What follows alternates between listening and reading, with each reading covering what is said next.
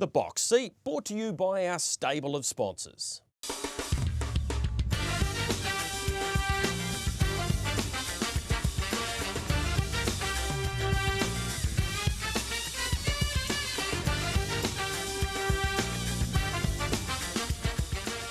Hi everyone, welcome to this edition of your Box Seat. Yes, brought to you by our stable of sponsors. A massive thank you to them and a big week ahead for many of them. Big week ahead for Matthew Cross, who's our guest on the show today. Hi to you, Matt, based there at Addington Raceway today. Nice to have you on board. Yeah, nice to be on board, Greg. I always enjoy jumping on the box seat and filling in for Michael. I guess at this point of the year, we're all kind of just starting to work our way back into that rhythm, isn't it? With Addington most weeks, Alexandra Park as well. So we've had our time off and our time away over the Christmas period. And wasn't it great to see Group 1 racing back to the Addington Raceway last Friday night, which we'll talk about later on. And all things point towards Alexandra Park being the highlight of this week. But there's plenty of action all around the country for us to cover. Yeah, big week it is for New Zealand Bloodstock. Their standardbred division, of course, sales on Sunday, awards Monday, and then sales at Agricultural Park in Christchurch Tuesday and Wednesday. What can you look forward to on your show? Chasing a Dream? Yes, he is. He's looking for revenge over Cold Chisel in the New Zealand Bloodstock Harness Million for the 3-year-old. We'll have a look at that Fahey Fence High New Zealand Breeders' Stakes and All-American Lover. It was an easy payday for Zachary with Merlin. He's now going to Australia. Group 1 win number 19, of course, for Tim Williams. Brecon Fillies, we'll have a look at some of theirs for the sales. The ATC Golden Gate will catch up with Jamie McKinnon and we'll preview some of the racing, and there is plenty of it as we build towards this big weekend. Let's get straight there. Alexandra Park, it is the New Zealand Bloodstock Harness Million. Go back and have a look at this last week. Here is Chase a Dream in front, but gee, Cold Chisel got very, very close. We'll get to Mark Purdon post-race. Michael Guerin was on course for us, but here's Aaron White to bring them home. Cold Chisel's thundering home. Cold Chisel on the outside. Chase a Dream, they hit it. Chase a Dream, I'd say, just over Cold Chisel. Oh, bring on next Friday night. They were the Quinella in the NZB Standardbred Harness Million last year. Well, Chase a Dream won. You thought he might win, but he wouldn't have wanted to be much longer. I think there's a bit of improvement in him, Mark. Yeah, well, he's been off the scene for a little while, Mick, so I imagine he would improve with the run tonight. And he just got looked at a little bit in those middle stages, and that took its toll a little bit too. You thought he would handle Alexandra Park well, because ever since he's been started to be worked, he's like right-handed. How did he handle it? Yeah, no, he was good. If anything, he sort of got out a little bit, which is a bonus. And he was really good for the first time here. When you watch the replay, I'm not sure if you've seen it or not, Barry's horse went super, Cold Chisel. So I think it's quite an even crop, Mark, and I think those two might sit at the top of it. Is that how you see it? Yes, I do. Yeah, I thought his performance was very good, and obviously it's going to come down to the draws for next week, I'd say. It's a little bit like what's now become our 4-year-old crop. Don't Stop Dreaming versus Merlin from last season, brother against brother, and of course some training partners. But it's got a same sort of feel to it a little bit, isn't it? Cold Chisel and Chase a Dream. Yeah, and they're probably not the only two, to be fair, Mick. I think overall it's a pretty even crop. Okay, what about Self Assured? We saw him buzz around later on. You were pretty much in trouble from the time the barrier draw came out, but he seemed to find the line really well on a quick last 400. Yeah, I was wrapped. He hasn't had a trial under his belt or anything this time round, and I was wrapped the way he got home, and he sort of took a little bit of ground off Merlin, so he felt very strong. Are you worried about some of these races not getting off the ground? Because once Merlin flicks over to Aussie, there's not going to be a lot of horses slotting around here. No, whether they get a couple more up from the South Island, I'm not sure, but or whether they're going to go with small fields. But yeah, it'll be a shame if the races don't go ahead. Particularly leading up to the race by Grins. I mean, I presume Self Assured will probably get another crack at it. I think he's still in the 3 or 4 best horses in the country. It would be a shame if we don't have lead-up races, and I thought tonight was still watchable, and as long as it's a leg of pick 6, Mark, I think you can still run the best horses. Are you a fan of running the best horses even in small fields? Well, I think you've got to, going into a race like Grins, and especially, we're going to have Leaps of Fame and Just Believe here, and a couple of the others probably, and so it's going to be a strong field, and they've had some hard racing under their belt, so we need the racing too. Yeah, well, Self Assured gets another chance against 5 rivals in the Lincoln Farms handicap pace. But let's concentrate, Matthew, on this 3-year-old section. And gee, there were some good runs out of this. Obviously, the winner, very good. Chase a Dream, Cold Chisel. I thought Vessam, very good, making good ground. And behind them, First Look, Alexandra Park. How did you think it would play out now you've had a good chance to have a look at the barrier? Yeah, look, it's going to be tactical, isn't it? Cold Chisel likely to buzz out from the gate, and it's sort of maybe a little bit of an advantage toward Chase a Dream from what we saw in the Harness Million 2-year-old final, where Cold Chisel had barrier 2 and Chase a Dream started from the outside of the second row. A couple of things I definitely agree with Mark Purdon in the sense that he looked a far more comfortable horse the Auckland way around, Chase a Dream. He just had a tendency to run in some of his races here at Addington. Mostly it didn't matter because he just had too much power for them, but I think he might be a better horse that way around, and it's actually the first time that they've led on him. He showed a good amount of pace after about 25 metres off the gate when Mark Purdon leant forward. There was a fair bit in the tank, and sometimes, as we know, it can be a bit of an advantage drawn wide, having the slingshot on the outside at the start. If Mark Purdon wants to and he flies across with Cold Chisel, Zachary Butcher is going to have an option, whether he races into that first corner, they both burn a bit of gas, or whether he just makes Mark do a wee bit of work to find the lead and then tries to beat him up the lane. He pricked his ears just short of the post though, Chase a Dream. I get the sense that there's going to be a lot of improvement to come from him, but with the barrier draw advantage to Cold Chisel, it's going to be one heck of a race. I don't think there's a lot between those two. They're definitely the benchmark between them. There's maybe a wee bit of a gap back to those 3rd and 4th type horses.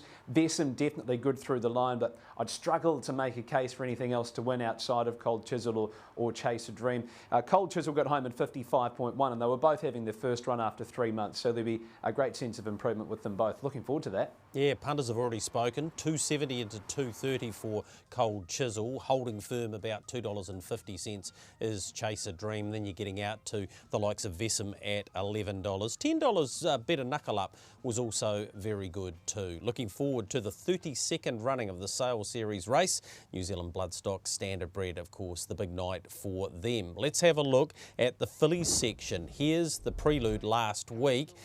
And I thought Coastal Babe was really good here. This will be the 6th on the card, 32nd running of this very good race. $1.75 she's come up. I thought she hit the line strongly. It was first up since show day.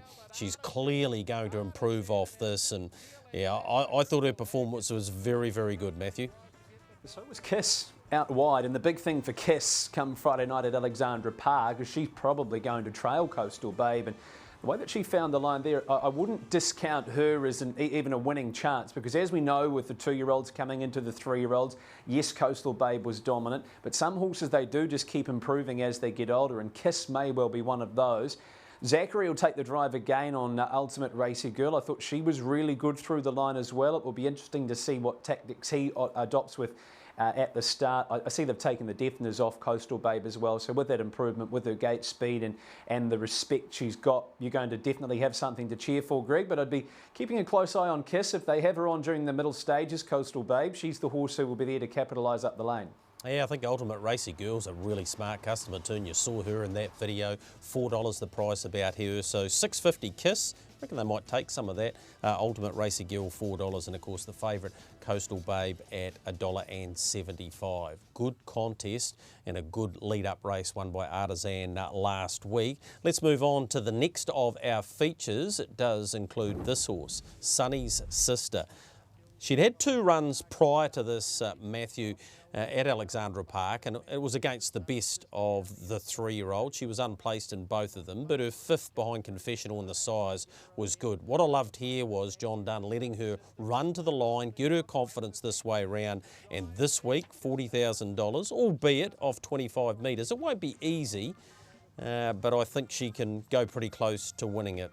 Faith in Manchester was excellent in that race. We know Melzadel is a Group 1 performer, having run 2nd in a derby in Australia at New South Wales, and then was great, of course, on the big day in December, the Grand Prix day. This should be a really good contest. It's not easy to come from off the speed, and many of these horses, Matthew, go around every week at Alexandra Park. They're well versed in this caper. The big difference this week is the 2700 for Sunny's sister, which means that she's going to have that time if John Dunn wants to wait until the straight, let her slide, and maybe gets around to Parked a little bit more comfortable than the trip that she got last time. She's no better off versus Faith in Manchester at the handicaps, but I just sense there being a wee bit of favour towards Sunny's sister over the further trip. I think John will let her settle.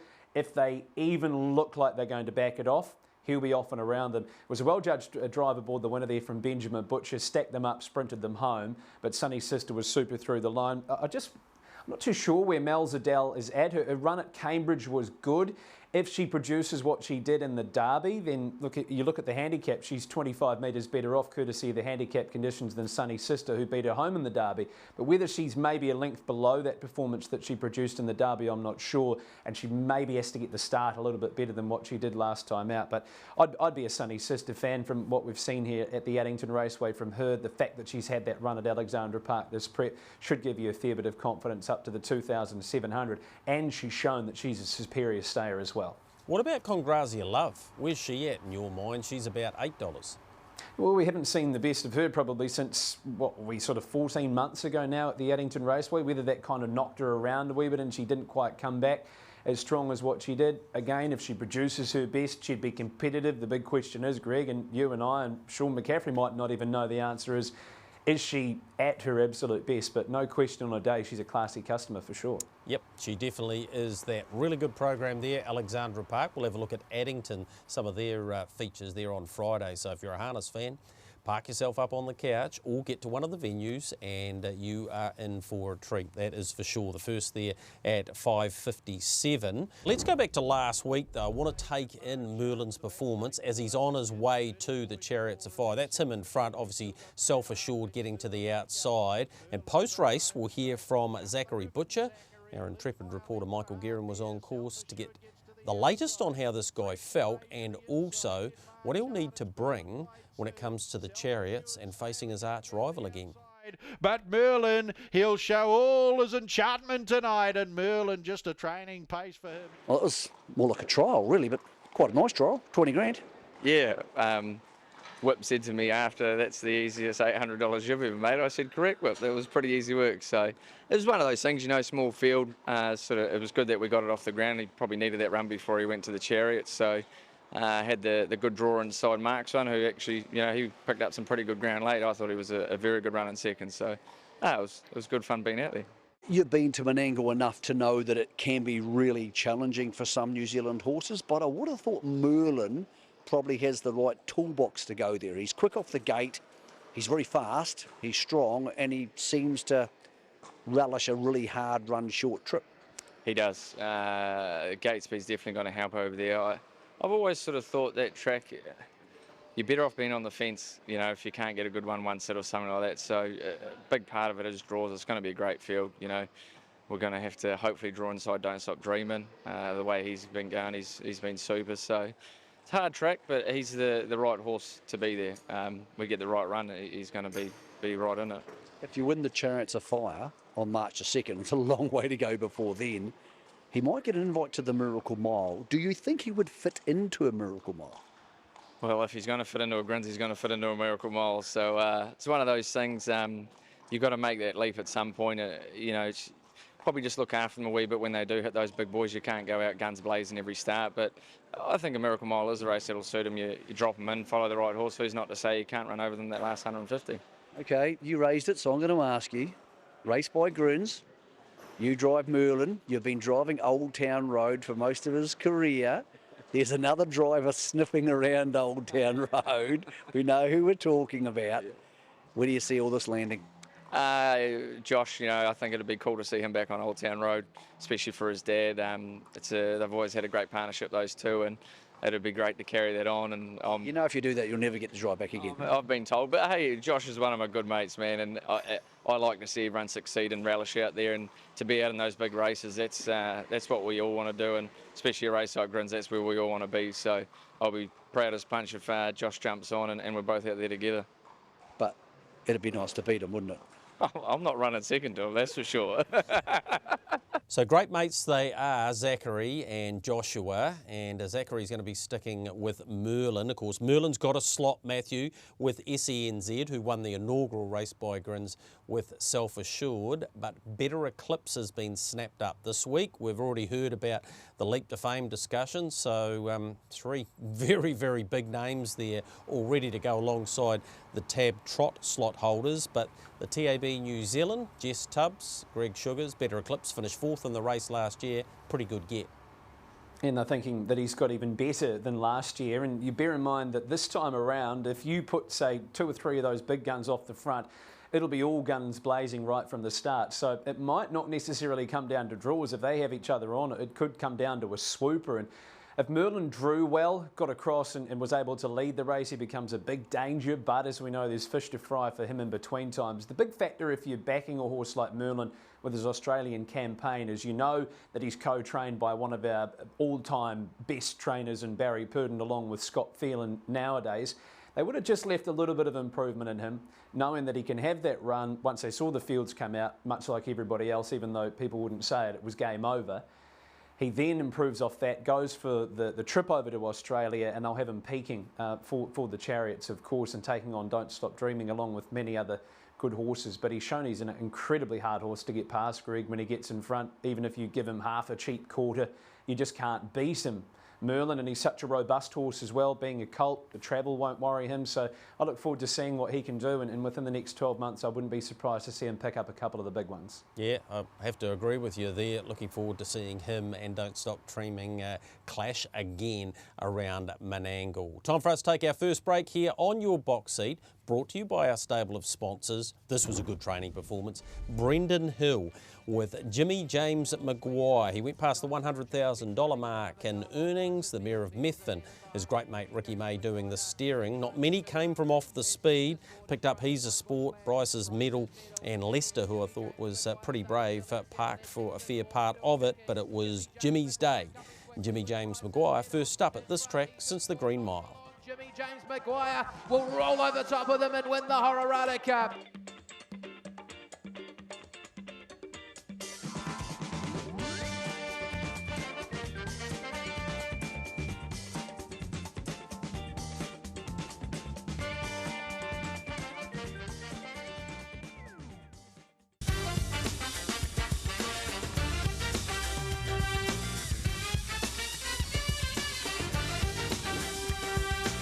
Waireo Cup from last weekend, and Tack McLeod's a beauty. Blair Orange doing the steering here for Trevor Proctor. Win number 4 at just start number 9. It's clearly destined for free-for-all company. Good effort, Sandwave.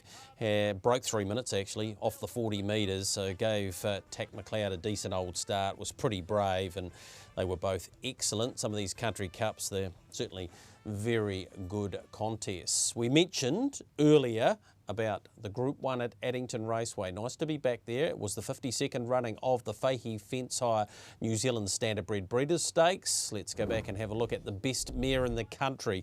I think she's absolutely cemented that. Now, All-American Lover.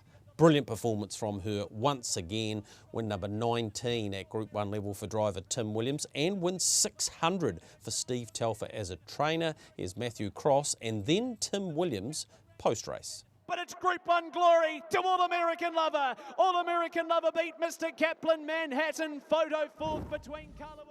Tim, congratulations. Further Group 1 success with a mare you've got, well, great admiration for. Yeah, thanks for Greg.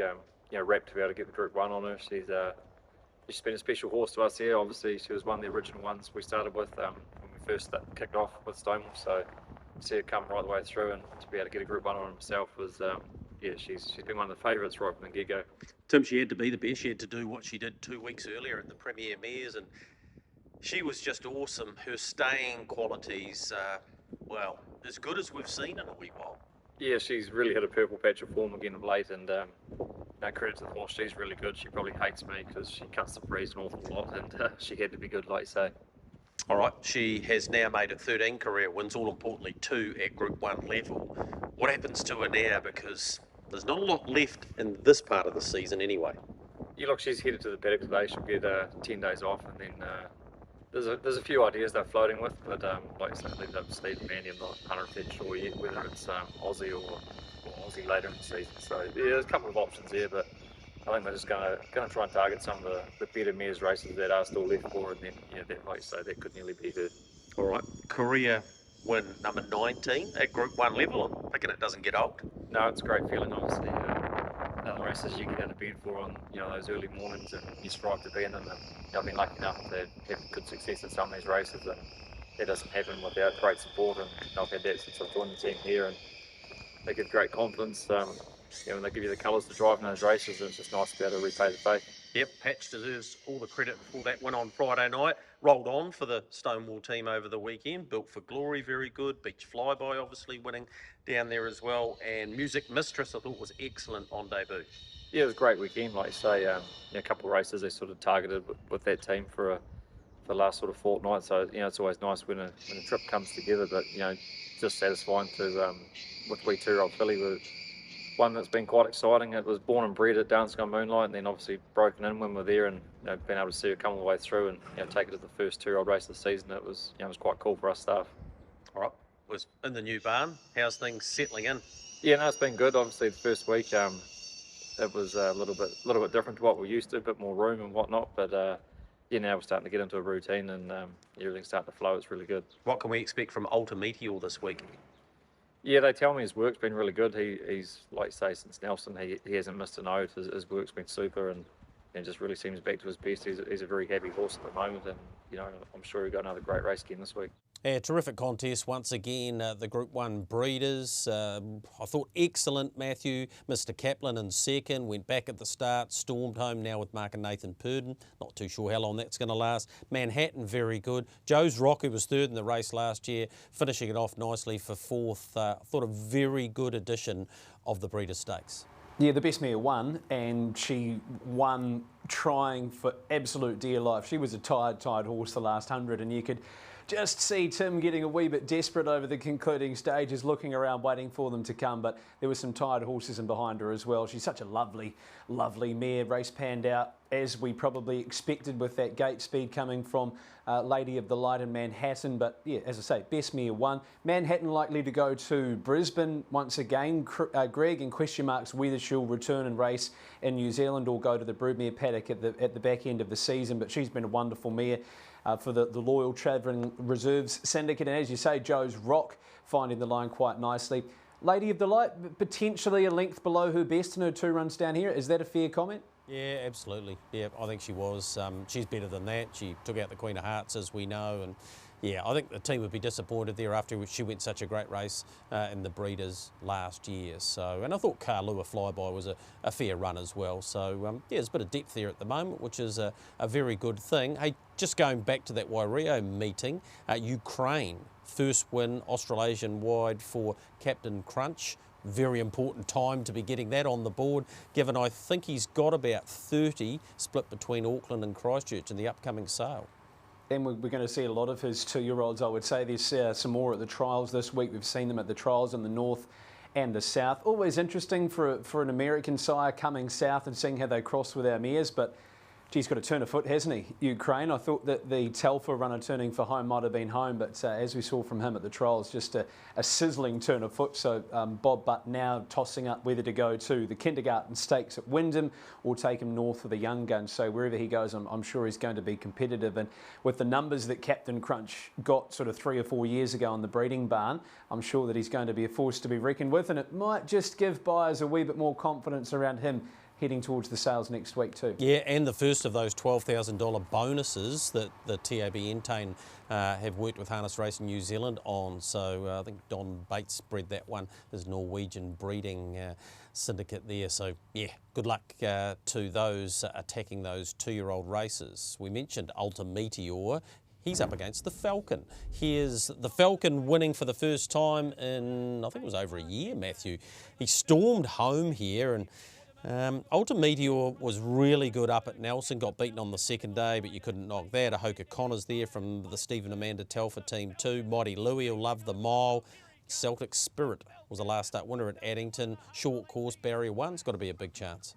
Yeah, the Falcon's a good stayer, as we know, and it'll do wonders for not only his confidence, but backing up the belief of Jeff and James Dunn. And I know Jared O'Reilly never lost the faith in him either, so hopefully he can go on with it. This horse looks a great bet on Friday. Schlendy was run down by Major Hot, who heads toward the Harness Million final at Alexandra Park on Friday. 2,600 suits him. Schlendy, if he runs as well as what he did here, I think he'll be winning. The only danger is probably Double Jeopardy, who has trialled up well enough from the Steve and Amanda Telfer stable, and that's rating 50 plus trot. Looks a pretty even go, Greg, with Aroha Kenny, who was only narrowly beaten in behind Alconqueror last time out. I can tell you that Ruakaka will be having the half hobbles on this week, so we might see him stay in his gate, and if he does, he's probably a danger, but Aroha Kenny does look a little misconsistent in that sort of grade. Yeah, and looks a handicapping special this week. Last week it was 51 to 65. This one's a 40 to 55, and she sits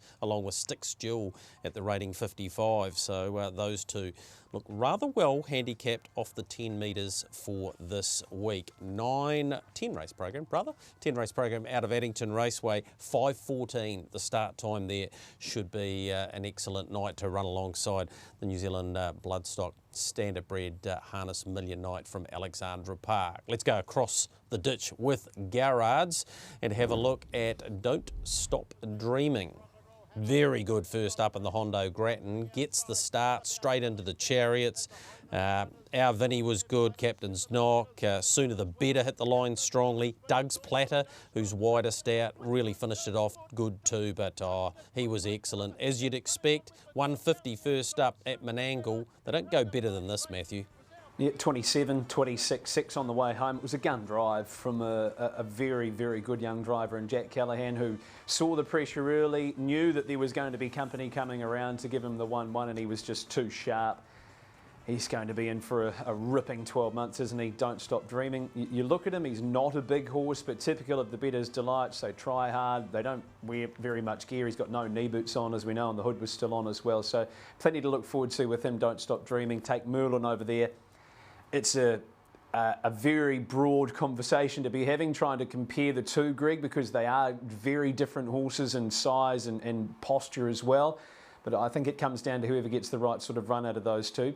Probably only a nose between them on their best day. Yeah, $1.80, Don't Stop Dreaming to win the Chariots. $4.50 for Merlin, $5 for the Jason Grimson trained Frankie Ferocious, who took out the Bonanza. If you want the boosted odds, the Tab are offering you at the moment $2 for Don't Stop Dreaming for the Chariots. Yeah, really looking forward to that. It's going to be one great edition of that contest. Here's Leap to Fame. He's just doing what Leap to Fame does, Matthew.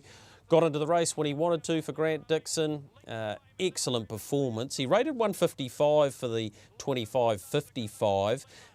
He heads now to the Newcastle Mile, the $100,000 golden ticket race for the Miracle Mile on the 23rd, so Friday week. But he's an incredible horse, this. 33rd win, 2.1 in the bank.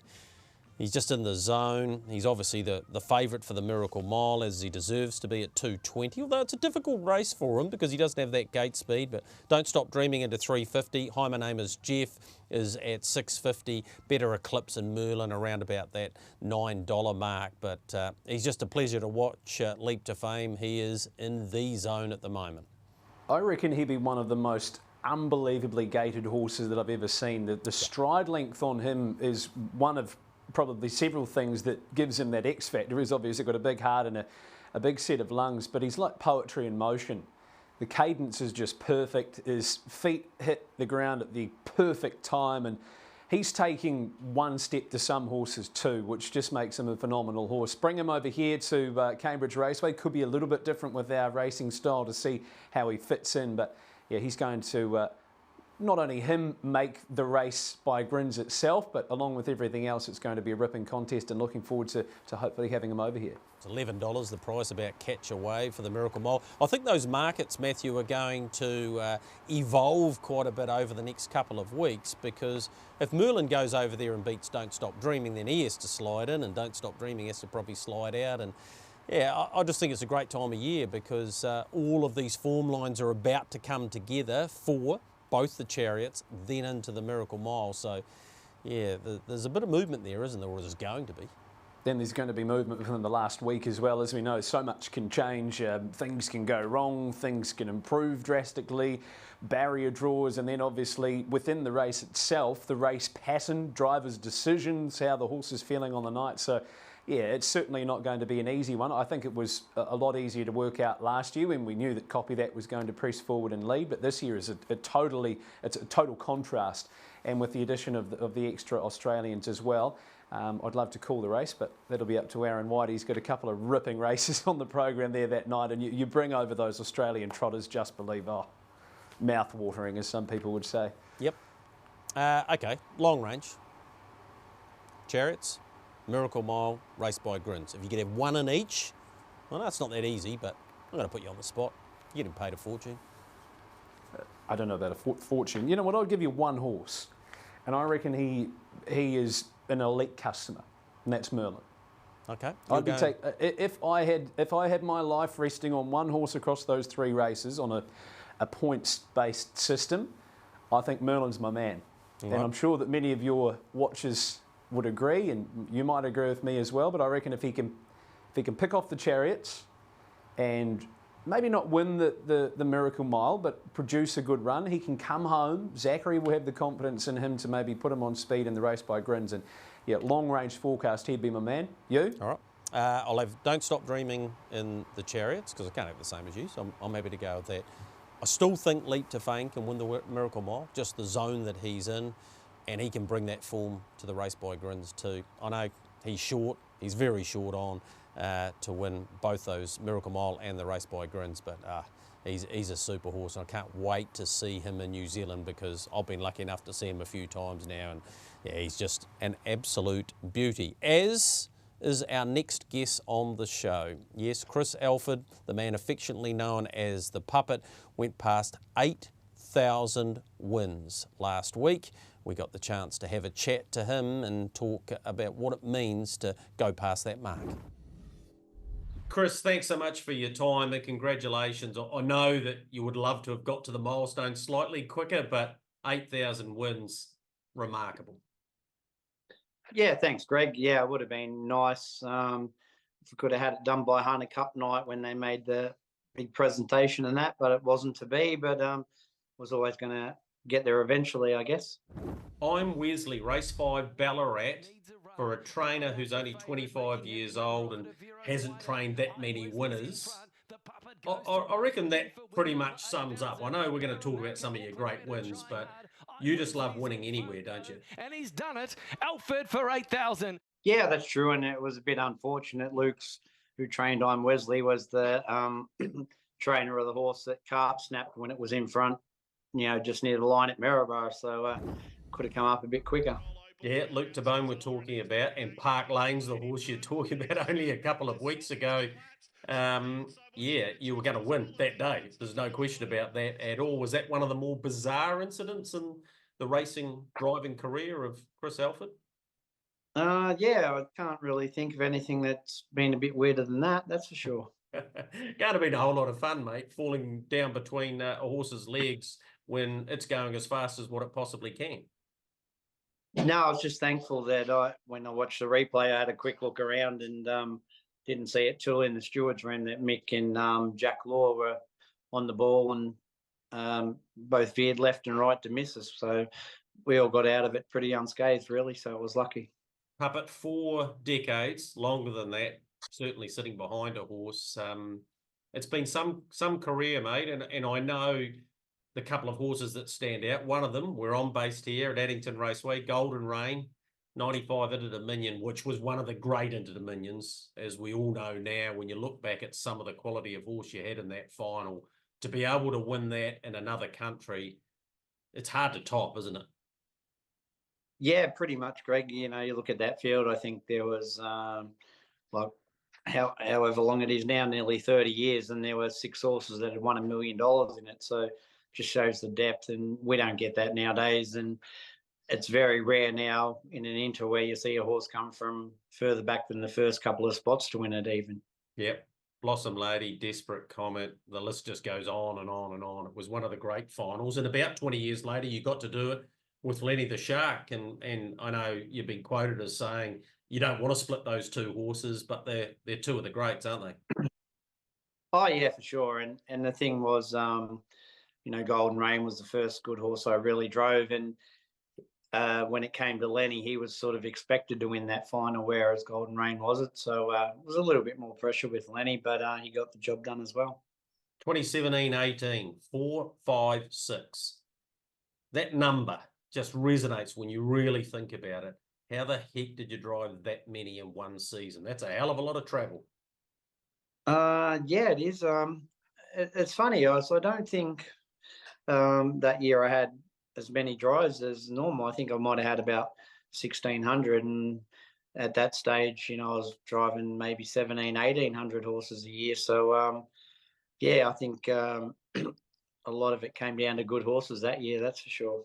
You brought another good horse out here in 2003, your dad's horse, Mont Denver Gold, who won a Hunter Cup and raced with great credit through that series. And did you stay with Dave Anderson then? Was that about that time? Yeah, it goes back a long way. I remember Ricky May rang me one day and said, "Oh, there's a guy from over here wants to bring a trotter over for the Breeders' Crown." And I thought, I don't really want people to come and stay with me. I was, a bit hermitish, as you might say, in those days, and said, "Oh yeah, that'll be all right." Rick said, "Oh, he's a good guy, and God knows how many years it's now. We're still great mates." So it was great that he came over, and yeah, we brought Mont Denver Gold over and stayed with Dave, and I think he won a heat, ran a second and a third, and then second again in the final. So yeah, it was a great thrill. Yeah, a couple of other ladies you had great association with, obviously the mighty Mia Tailor-Made Lombo, and that special win at Alexandra Park on the Oaks with Lombo Lafifi. Yeah, well, that was, just another one like Golden Rain. You wouldn't think you'd see horses come from last, turn into the back straight the last time to win at any of those great tracks with those good horses in New Zealand, but they both did it. Yeah, they both did it in great style. Now, I've got a question from a viewer. Wants to know, have you driven a faster trotter off the gate than Hurricane Flyer? Might marry up with the discussion we just had about Dave Anderson. Yes. Well, Sleepy can get out there pretty good when she's not galloping. Yeah. So she give him a run for his money to the first turn, but no, he was a great horse, Hurricane Flyer, that's for sure. What about the future, Puppet? You've got 8,000 wins, which I'm sure when you started was, well, it certainly wasn't on your mind. I'm absolutely sure of that. What's on your mind now? You're mid-50s. You still love the game. You feel like, I know you've been quoted as saying that you're driving as well as ever. So what's the plan? Yeah, no, just chip away, Greg. While people want to give you the opportunities to drive their horses, and I can do it, pretty well properly and not be a roadblock out on the track like some people can be when they get past their prime. So as long as I'm doing it all right and not mucking up races and stuff like that, I'll be happy to keep chipping away. We've got a trot slot with the TAB over here where Queen Elida will come up with an inside barrier, so we get to see you strut your stuff around Cambridge again. Yeah, that'll be great. She just hasn't been at the top of her game the last few starts, but just had a few feed issues and that, and I'm sure by the slot race she'll be ready to go. Yeah, well, we'll be ready to see you too and congratulate you when you get on to our shaky isles as they're described. A lot of people have great admiration for you here, Puppet. I can promise you that, and we're so delighted to see you get that 8,000th win. Congratulations, mate, and thanks for coming on the box seat. No, thanks, Greg. Thanks for having me. Matt, I don't say this lightly, getting the opportunity to talk to one of your idols, Chris Alford, is pretty special, and he's such a humble bloke. And when you think about how many Group 1 races he's won, over 130, he's won 15 premierships, and he just goes about his business. He's doing what Chris Alford does, and that's drive winners. Been one heck of an adventure, hasn't it?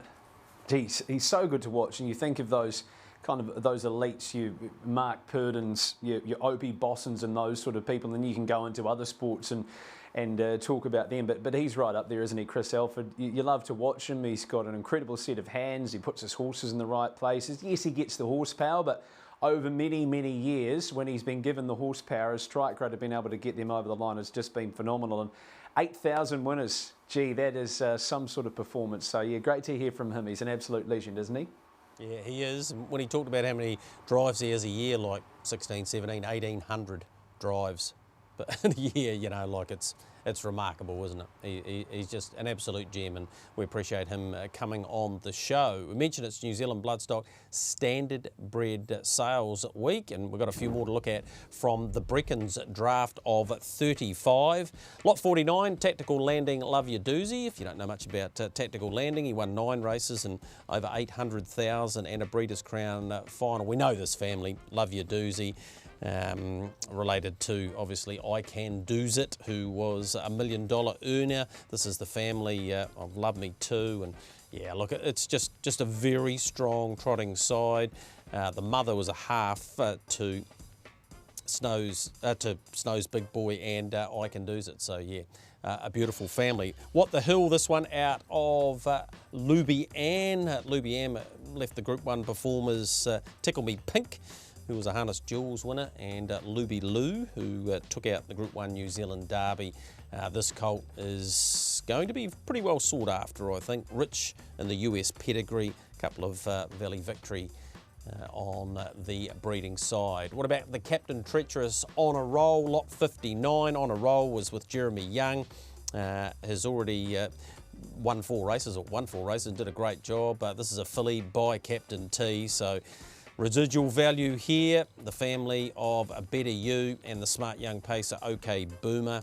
Yeah, I reckon if you're thinking about getting into breeding, you want to buy yourself a nice filly, this one is worth looking at. Lot 59, the Captain Treacherous filly out of On a Roll. Lot number 90 is a Captain T at a Taylor Bromack. This is an unraced daughter of Tatiana Bromack. She placed many times at Group 1 level behind the likes of Better Cover Lover and Carabella. Has already left the outstanding runner in Mosem Down, who won 18 races. It's the Ardy's Express, Ardy B. Mickey, who's won a couple of races recently. So, yeah. Another very nicely bred filly there, Matthew. But we come to expect this from our friends at Brecken's Farms, because Ken and Karen have gone about, making theirs very much sought after, and Nigel Fahey does an incredible job. Yeah, for many years they've built up such a great broodmare band, haven't they? And you speak of a horse like Lou, you kind of forget how incredibly good she was. She'd be one of those horses, Greg, if you're having that kind of conversation across the table. Who was that horse we never saw the best of? Well, she's right up there. So that'd be a great family to buy into, as we know. And how good are those shots there? Obviously, I don't think you're allowed to trot them up at the sales anymore. So for the buyer to be able to have that access, that front-on view, which is so important with the gait of the horse, particularly the trotters, and the paces in terms of their action in front, where the trainers can see if they're going to hit their knees or not. So that's incredibly valuable, and I think that we'll see more of that in the coming years with that sort of coverage for the yearling sales. So good luck to Brecken Farms. They put a lot of money into the industry, whether that be through the Brecken Farms brand or of course the Hydroflow brand as well. So wishing them all the very best, and looking forward to seeing them on the track as well in the coming years. All the details at NZB Standardbred or nzstandardbred.co.nz, I think it is. So just Google it up. You'll see it. You'll be able to watch via Facebook.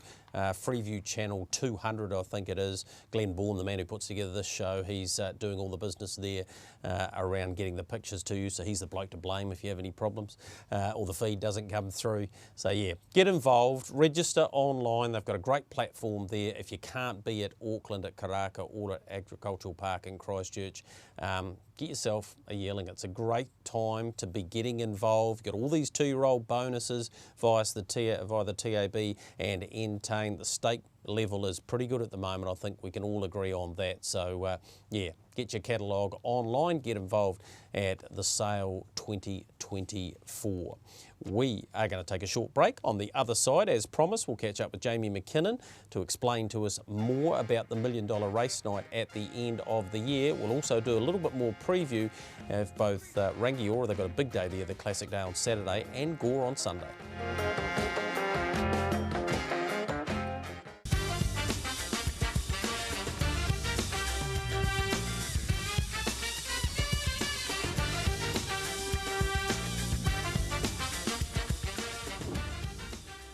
Well, as promised last week on the show, we said we'd catch up with the chairman of the Auckland Trotting Club to talk about the new TAB Golden Gate Series, and Jamie McKinnon's joined us. Thanks for your time, Jamie. Hey, good morning, Greg. Thank you for having us on.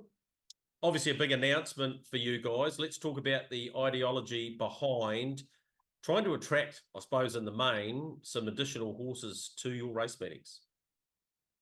Yeah, I mean, it's a problem we've had for some time, and racing committees sort of sat down and thought about what we're trying, how we can get more horses up, because clearly we can't grow them fast enough, and there's only so many horses in the Auckland region. What we didn't want to be doing is cannibalising what was there amongst the other northern tracks. So we needed to attract horses, not just from other northern regions, but you've got a lot of horses down there. We see them lining up 2 or 3 times a week, and if we can encourage some of those horses north, that's really what the program's about. And when we first looked at the value, what was required to bring them north, we figured that 10 races of $100,000, being $1 million race night, would be a decent carrot.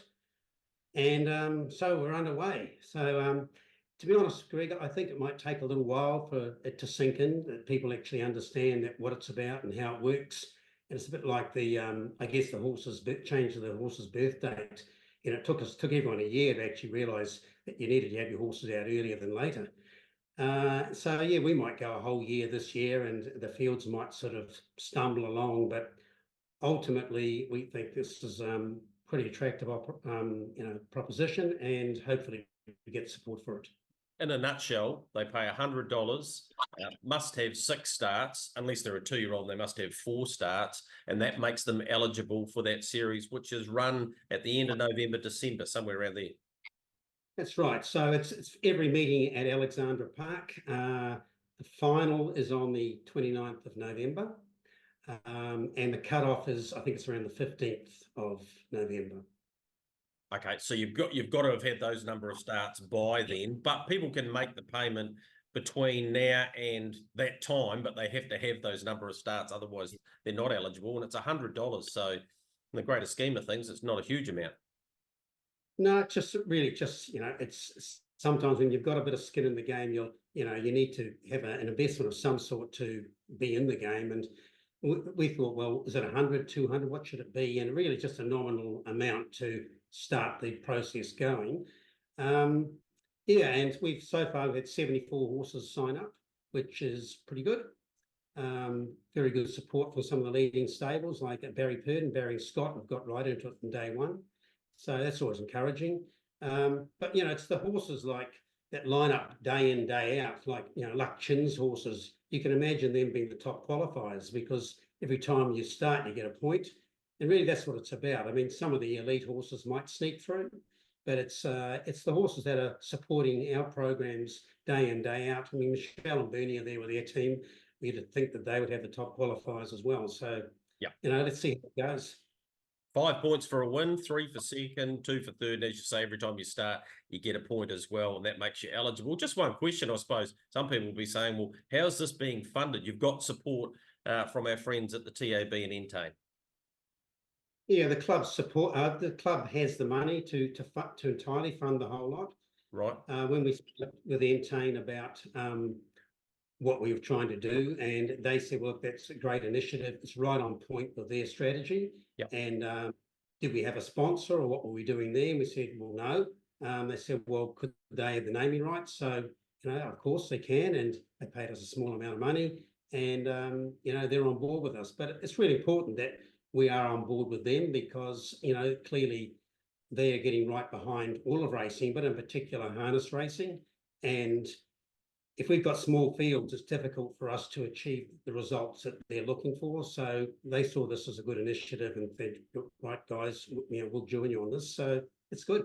Yep, it's just another tick in the box, particularly leading into the New Zealand bloodstock sales, which are at the end of the week, of course, Jamie. So, we want to attract some more people to the game. So I think the club should be applauded for doing that. Really appreciate you taking the time out to have a chat to us. No doubt there'll be more as things evolve. That's a great start, though. 74 already signed up, and we wish you well in the coming months. And we'll keep an eye on that too. You'll be able to let us know on the box seat so we can update people and say, hey, this is actually proving to be very attractive. Thank you, Greg. Well, fingers crossed. Got to do something, right? So great to get that news from Jamie McKinnon. 74, Matthew, have already paid their $100. It's going to be interesting as we build towards their November 29, the Tab Golden Gate $1 million race day. I get what they're trying to do, Matthew. They're trying to attract some more horses to the North Island, and yeah, it's going to be interesting to see how that unfolds, but anything with $1 million ticket on it surely has got to be attractive. Yeah, for sure. It's an interesting time of year because generally from kind of the start of August until the end of November, the majority of your better horses are racing here at Addington with the big stakes, obviously building through all of your Ashburtons, your Kaikoras and obviously Addington, then through to Grand Prix Day. So yeah, I would say it's going to be interesting for the first year to see how it happens. I wish them all the best, and I know that they're trying to get some incentives for some more horses to be up there. But at the end of the day, it comes down to cost, doesn't it? And for horses travelling to Auckland, there's obviously more of a cost, and obviously things are getting a little bit more expensive. So yeah, it's a fine balancing act between cost versus reward, but I certainly hope for the club that it can work out. Yeah, agreed. Right, let's have a look at what's ahead for you. Rangiora Classic, fields went out when we recorded today, so I know double time, Dalton Shard, Hey Bartender, He's a Sport, Here's Herbie are all going there. Homebush Lad, who loves a country cup, and Franco Marek. So that's going to be a good race. They've got a heat of the Revel Douglas, and they've got an interesting race, Matthew, starting from where the gallopers start out of the chute. It's going to be a trot race over a mile. So yeah, looking forward to that. Something a bit different, I suppose, out at Rangiora on the grass. Yeah, a little short run to the crossing there from the 1600 start point at Rangiora. The Robin and Geraldine Wilson Rangiora Classic is actually quite a good field. We've got Dalton Shard and Double Time who cornelled the Amberley Cup. Dalton Shard going back 10 metres, so there's a slight advantage there to a horse like Double Time. He's a Sport. Here's Herbie, might well be the horse to beat if he runs as well as what he did at his most recent start, and you throw in Franco Marek and Homebush Lad as well. We've been really treated with that sort of intermediate or high intermediate grade grass track races over the last 6 or 7 months, but I guess what it does do is it takes away from a race like that race at Addington on Friday night, where you've got the Falcon Ultimeteor in company and that sort of race. So yeah, sometimes I do ask the question why people would rather have a 1 in 16 chance of winning a race versus a 1 in 8 chance of winning a race here at Addington. It sometimes rattles me a little bit with some of those lesser grade horses, but it is the way it is.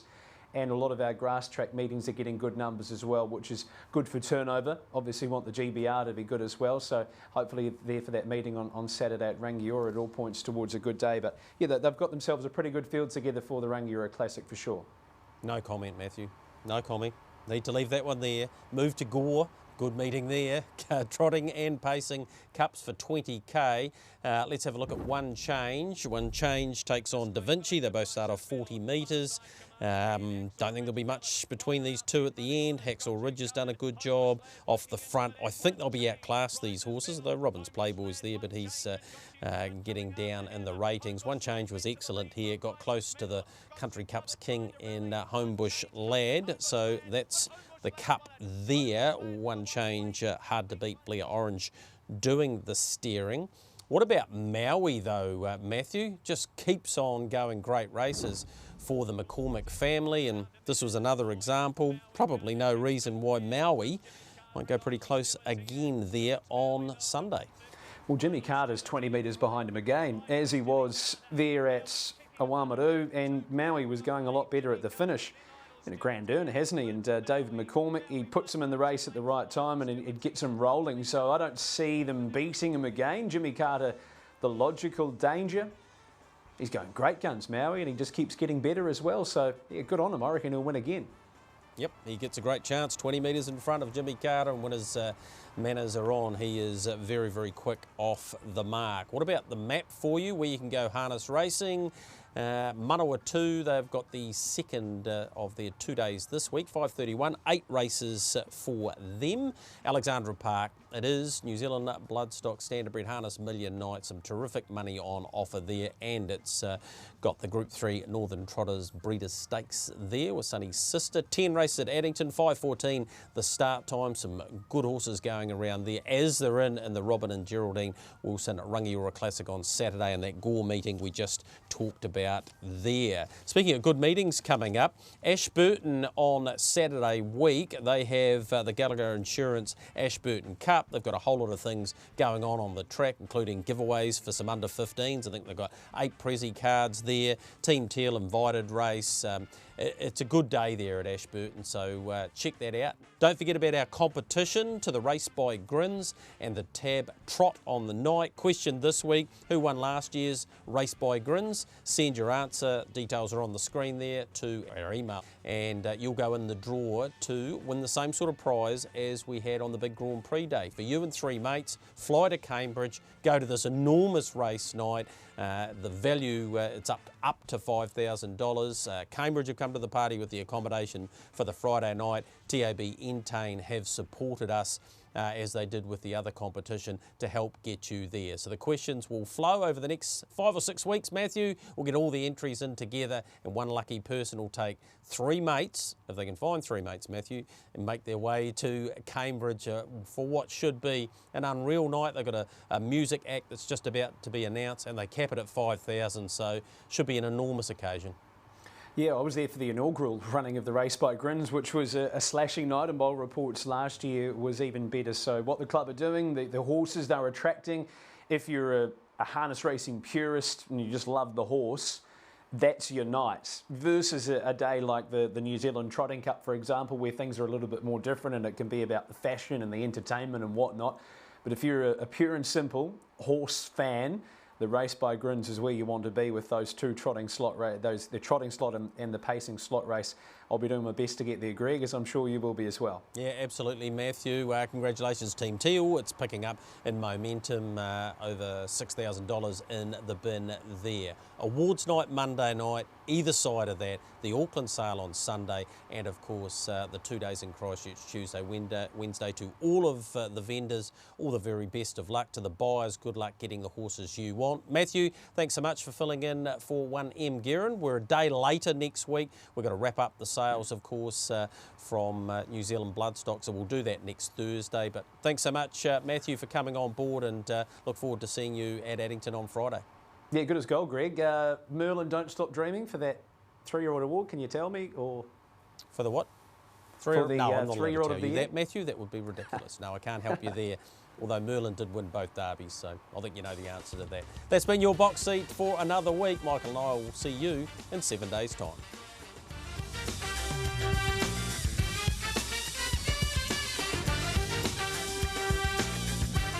The Box Seat, brought to you by our stable of sponsors. Harness Link, for all your worldwide harness racing coverage. Brecken Farms, New Zealand Bloodstock Standardbred. IRT, it's your horse and our passion. Garrard's Horse and Hound. Lincoln Farms, Renwick Farms, Harness Racing New Zealand. The clubs, Auckland, Cambridge, Addington and Ashburton, and the TAB.